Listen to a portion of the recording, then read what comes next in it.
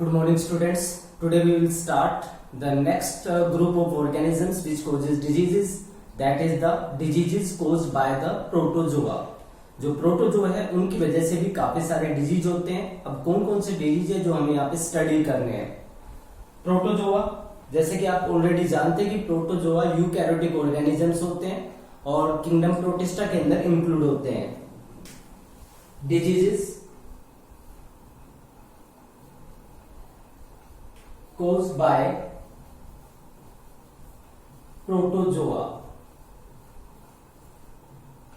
Protozoa की वजह से कौन कौन से डिजीजेस होते हैं.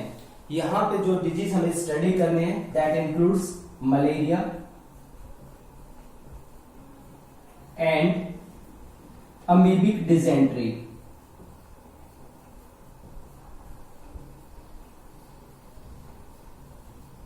ये दो डिजीज हमें यहां पे स्टडी करने हैं. So first of all malaria.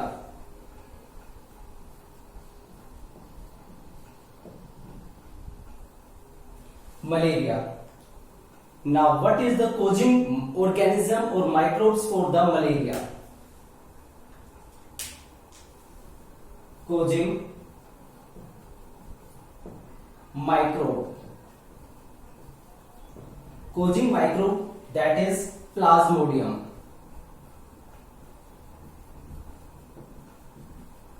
Plasmodium that is a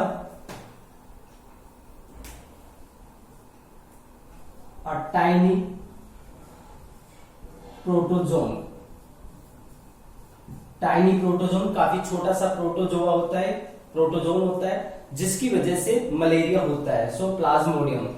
Now there are various or different species of the plasmodium which causes different types of malaria. Plasmodium की कई सारी स्पीसीज है और हर स्पीसीज अलग तरह का मलेरिया प्रोड्यूस करता है. There are about 4 main species of plasmodium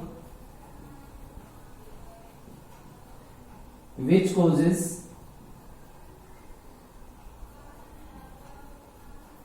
different types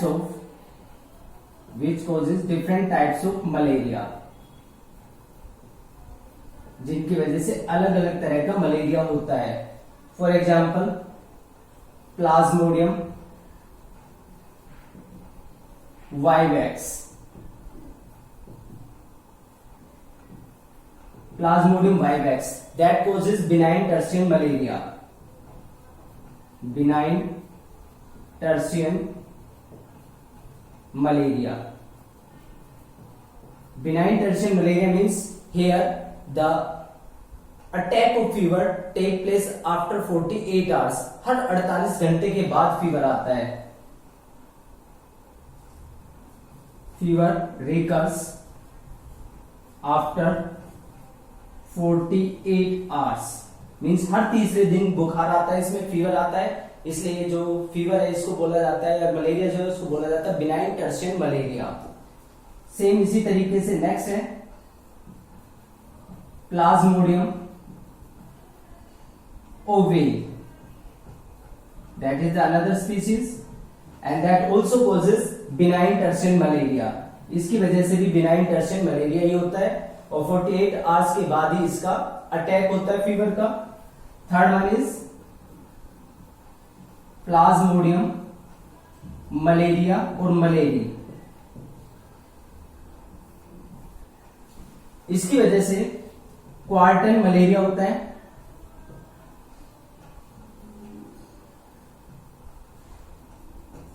क्वार्टन malaria का मतलब होता है विच रिकर्स आफ्टर 72 आवर्स, जो हर 72 घंटे के बाद फीवर यहां पे रिपीट होता है. Fever recurs after 72 hours. 72 hours के बाद इसमें फीवर आता है. अब जो सबसे डेंजरस, सबसे फैटल जो स्पीसीज है वो है Plasmodium फोल्सीपेरम.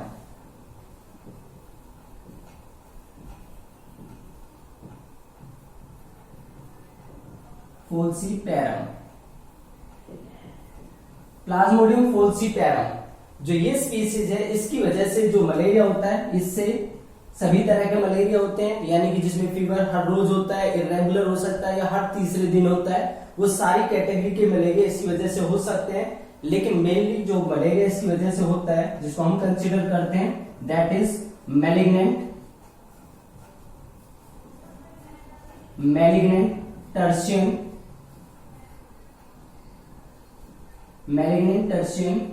Malaria. Malignant tertian malaria इसकी वजह से होता है, मीन्स यहां पे फीवर हर 48 आवर्स के बाद रिपीट होता है।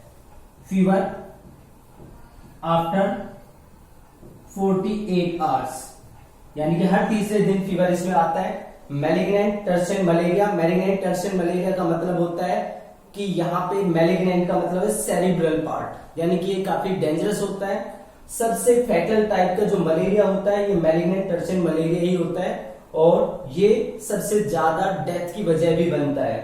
तो प्लाज्मोडियम की अलग अलग स्पीसीज होती हैं और अलग अलग स्पीसीज अलग अलग टाइप का मलेरिया प्रोड्यूस करते हैं।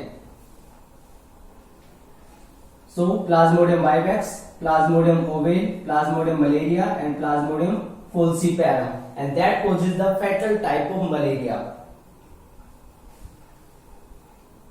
So you can write down that is the fatal, जानलेवा जो होता है वो मलेरिया इसकी वजह से होता है। सो कोजी माइक्रोब इज प्लाज्मोडियम, तो मलेरिया प्लाज्मोडियम की वजह से होता है, जो कि काफी छोटा सा प्रोटोजोन होता है। अब बात करते हैं मोड ऑफ ट्रांसमिशन, ये फैलता कैसे है। Mode of transmission,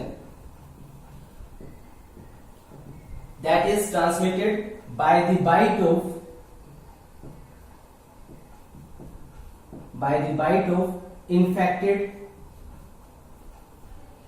infected female Anopheles mosquito.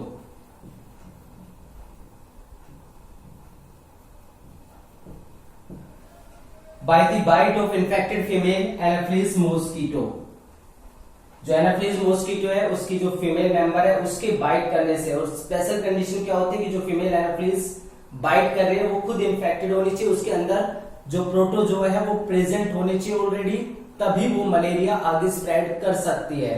तो मलेरिया की जो ट्रांसमिशन है वो उस पर्टिकुलर मॉस्किटो की वजह से होता है जो इन्फेक्टेड है, और उसके बाइट करने से ये जो प्रोटोजोआ है वो ट्रांसफर हो जाते हैं।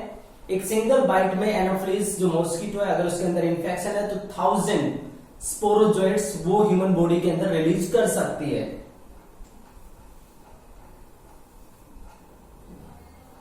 Next thing, the body part affected.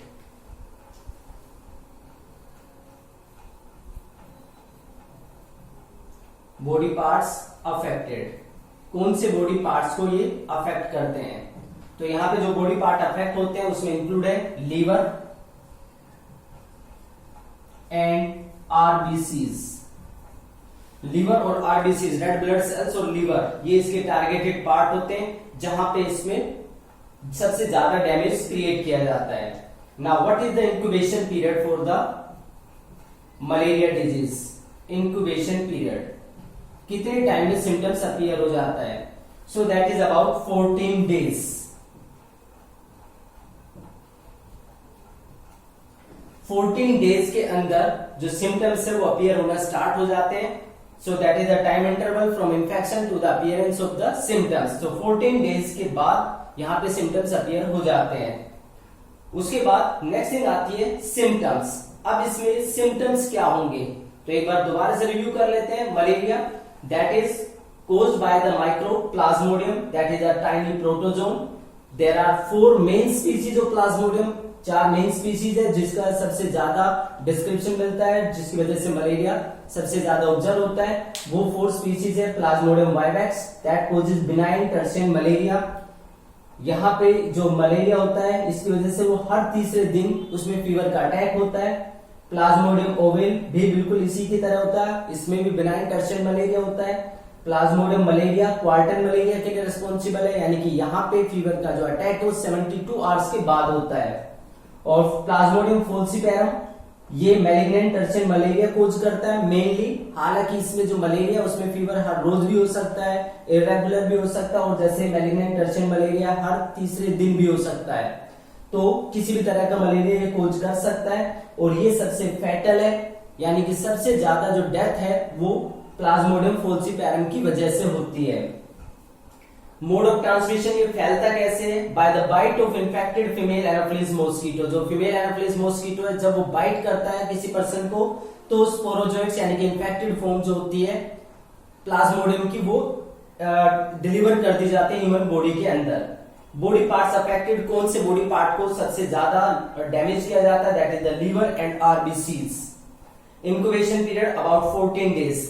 14 days के अंदर सिम्टम्स अपीयर होना स्टार्ट हो जाते हैं इन्फेक्शन के 14 डेज के बाद लगभग सिम्टम्स अपीयर होना स्टार्ट हो जाते हैं, इसलिए इसका इंक्यूबेशन पीरियड 14 डेज का होता है।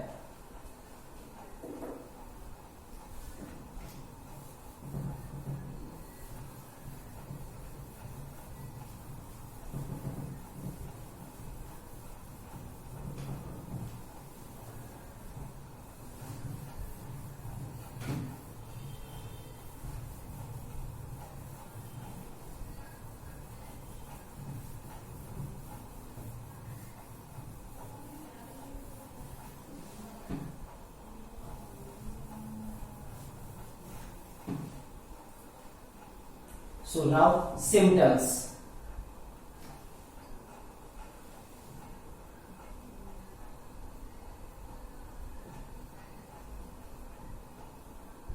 What are the various symptoms for the malaria?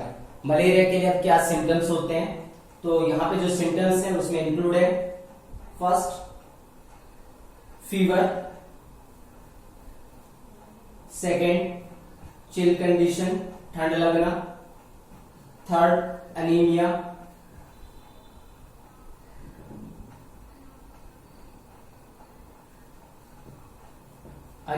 Blood loss जो होता है वो हो जाता है इसमें, क्योंकि आरबीसी का काफी ज्यादा डैमेज होता है। अनीमिया के अलावा फैटिग, वोमिटिंग और नोजिया। वोमिटिंग हो सकती है, नोजिया जी मिचला सकता है इस केस में, और इसके अलावा जो इसमें फैक्टर्स इंक्लूड है that is fever, chill, anaemia, fatigue, vomiting और नोजिया। देन इट में लीड्स टू नाइट स्वेटिंग।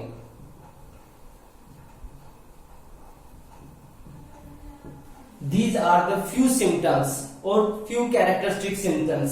ये कुछ कैरेक्टरिस्टिक सिम्टम्स हैं जो मलेरिया के केस में ऑब्जर्व होते हैं। तो फीवर होता है, यहाँ पे फीवर चिल के साथ यानी कि ठंड के साथ बुखार आता है। एनीमिया कंडीशन हो जाती है क्योंकि आरबीसी का डैमेज काफी ज्यादा होता है। फैटिग, जो आरबीसी जो ऑक्सीजन कैरी करने का काम करते हैं, तो इस केस में अगर ऑक्सीजन की डेफिशिएंसी होती है तो थकान भी होती है, वॉमिटिंग और नोजिया हो सकता है, और साथ में नाइट स्वेटिंग हो सकती है। जब फीवर का अटैक होता है तो उस केस में ऐसा पॉसिबल है। तो ये वेरियस सिम्टम्स हैं जो मलेरिया के केस में ऑब्जर्व होते हैं। Now the next part of the malaria that is the what is the how the Plasmodium complete it's life cycle. Plasmodium अपनी लाइफ साइकिल कैसे कंप्लीट करता है और कैसे ये सिम्टम्स अपीयर होते हैं। तो प्लाज्मोडियम की जो लाइफ साइकिल है उसमें कौन कौन से स्टेप होते हैं और कैसे वो अपने जो लाइफ साइकिल है उसको कंप्लीट कर पाता है।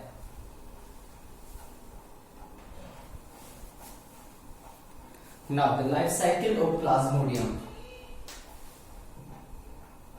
Life cycle of Plasmodium. Plasmodium की जो लाइफ साइकिल है वो कैसे कंटिन्यू होती है, कैसे कैरिड आउट होती है, इसके लिए कौन से होस्ट होते हैं। तो यहाँ पे ये डायग्रामेटिक व्यू है कि किस तरीके से जो प्लाज्मोडियम है वो प्लाज्मोडियम बॉडी के अंदर एंटर करता है, कैसे उसका मल्टीप्लिकेशन होता है और अल्टीमेटली कैसे उसकी लाइफ साइकिल कंप्लीट हो पाती है। सो first of all first point is Plasmodium enters the human being in parasitic form by the bite of infected female anopheles.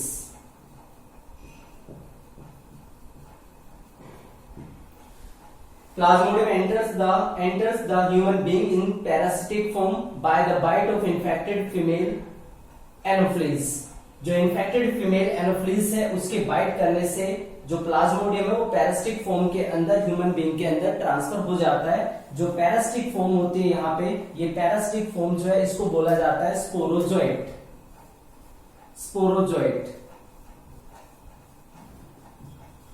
Sporozoite parasitic form है। तो पैरासिटिक फॉर्म में ये स्पोरोजोइट्स हैं, इनको पैरासिटिक फॉर्म में या ये कह सकते हैं कि जो पैथोजेनिक फॉर्म है इसके फॉर्म में मॉस्किटो जैसे ह्यूमन बीइंग को बाइट करता है, ये अपने स्पोरोजोइट जो है वो ह्यूमन बॉडी के अंदर ट्रांसफर कर देता है।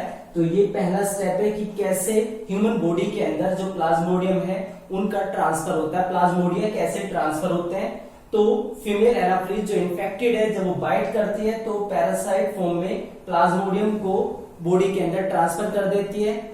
एक बाइट में जो फीमेल एनाफ्लीज है वो अबाउट 1000 स्पोरोजोइट्स ह्यूमन बॉडी के अंदर ट्रांसफर कर देती है। वो ट्रांसफर क्यों करती है, उसको तो एक्चुअली में ब्लड सक करना होता है। तो प्रोसीजर क्या है कि अगर हमारी बॉडी में कोई पर्स होता है, कोई कट लगता है, तो हमारी बॉडी का नेचुरल मैकेनिज्म है ब्लड कोगुलेशन का।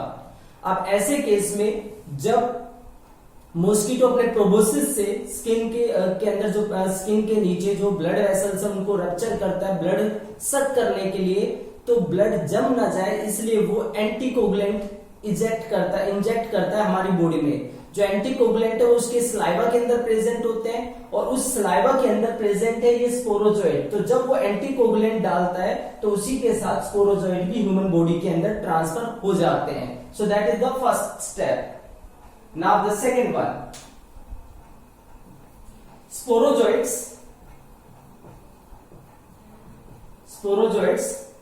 enter the liver cells and multiply asexually here to produce a large number of individuals। बहुत सारे इंडिविजुअल प्रोड्यूस करने के लिए असेक्सुअली ये रिप्रोड्यूस करते हैं। असेक्सुअल यहाँ पे रिप्रोडक्शन होता है यानी कि मल्टीपल फीजन होता है। मल्टीपल फीजन में यहाँ पे लीवर है, यानी कि जैसे ब्लड के अंदर स्पोरोजोइट जाता है, ब्लड से जो स्पोरोजोइट है कुछ टाइम के बाद लीवर सेल्स के अंदर आ जाता है। लीवर के अंदर एंटर करने के बाद वो लीवर सेल को इन्फेक्ट करता है। यहाँ पे स्पोरोजोइट फॉर्म है। लीवर सेल के अंदर एंटर करने के बाद ये लगातार मल्टीप्लाई करते हैं बाय मल्टीपल फिजन, और एक लीवर सेल के डैमेज होने से अबाउट 1000 जो नई फॉर्म है स्पोरोजोइट की, जो नई फॉर्म होती है वो डेवलप होती है। लीवर सेल्स रप्चर हो जाती है, थाउजेंड्स ऑफ जो प्लाज्मोडियम वो बाहर रिलीज कर दिए जाते हैं। जो प्लाज्मोडियम रिलीज करते हैं वो नेक्स्ट न्यू और फ्रेश जो लीवर सेल्स है उनको डैमेज करना स्टार्ट कर देते हैं। So that is the second step. Sporozoites enter the liver and multiply asexually here to produce large number of individuals, so large numbers of parasites, और बहुत सारे पैरासाइट्स क्रिएट कर देते हैं बाय मल्टीपल फ्यूजन। एक लीवर सेल से about 1000 sporozoites या ये कह सकते हैं 1000 न्यू पैरासाइट्स है वो डेवलप हो जाते हैं यहाँ पे लीवर सेल्स के अंदर। नाउ द थर्ड स्टेप, जब लीवर सेल्स के अंदर काफी सारी साइकिल कंप्लीट हो चुकी होती है, लीवर को काफी डैमेज हो चुका होता है, अब जो यहाँ पे जो पैरासिटिक फॉर्म्स रिलीज होती हैं उनमें से कुछ पैरासिटिक फॉर्म काफी छोटी होती हैं। अब वो पैरासिटिक फॉर्म वापस लीवर से निकल के ब्लड स्ट्रीम के अंदर आ जाती है और आरबीसीज को इन्फेक्ट करना स्टार्ट करती हैं। Now some parasites come out from liver and enter the RBCs, और RBCs के अंदर ये एंटर कर जाते हैं आरबीसीज में एंटर करने के बाद आरबीसीज में 12 to 24 जो न्यू पैरासाइट्स है वो जनरेट होते हैं. दे multiply in RBCs. They multiply and rupture RBCs and come out और बाहर आ जाते हैं. ये आरबीसीज को रप्चर करते हैं और बाहर आ जाते हैं. तो 12 to 24 जो न्यू पैरासाइट्स है वो यहाँ पे रिलीज होते हैं. जो पैरासाइट निकलते हैं यहाँ पे आरबीसीज को ब्रेक करके वो नई आरबीसीज के अंदर एंटर कर जाते हैं.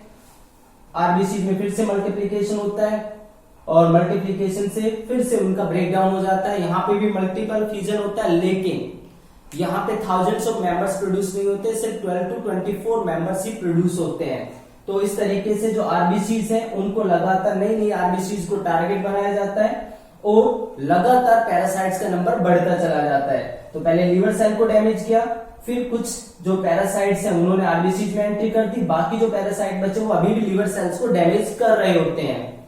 यहाँ पे आरबीसीज में जिन्होंने एंट्री की है उन्होंने आरबीसीज को डैमेज करना स्टार्ट कर दिया और नए नए पैरासाइट्स वो बना रहे हैं.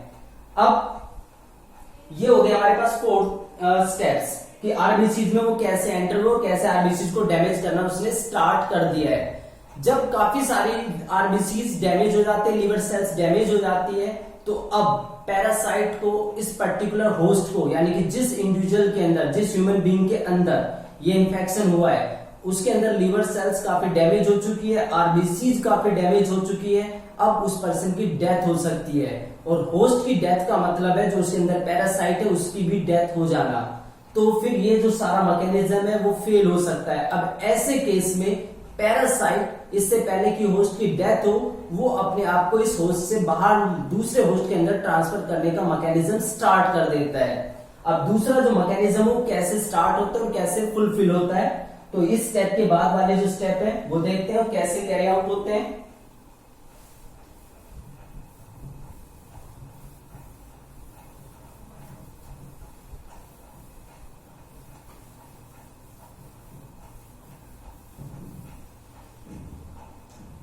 Fifth point, after a lot of damage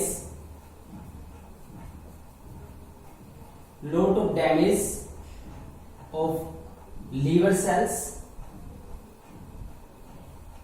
and RBCs, liver cells और आरबीसीज के काफी सारे डैमेज के बाद some of the parasites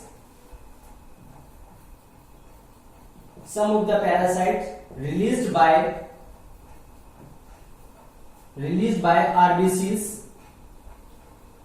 infect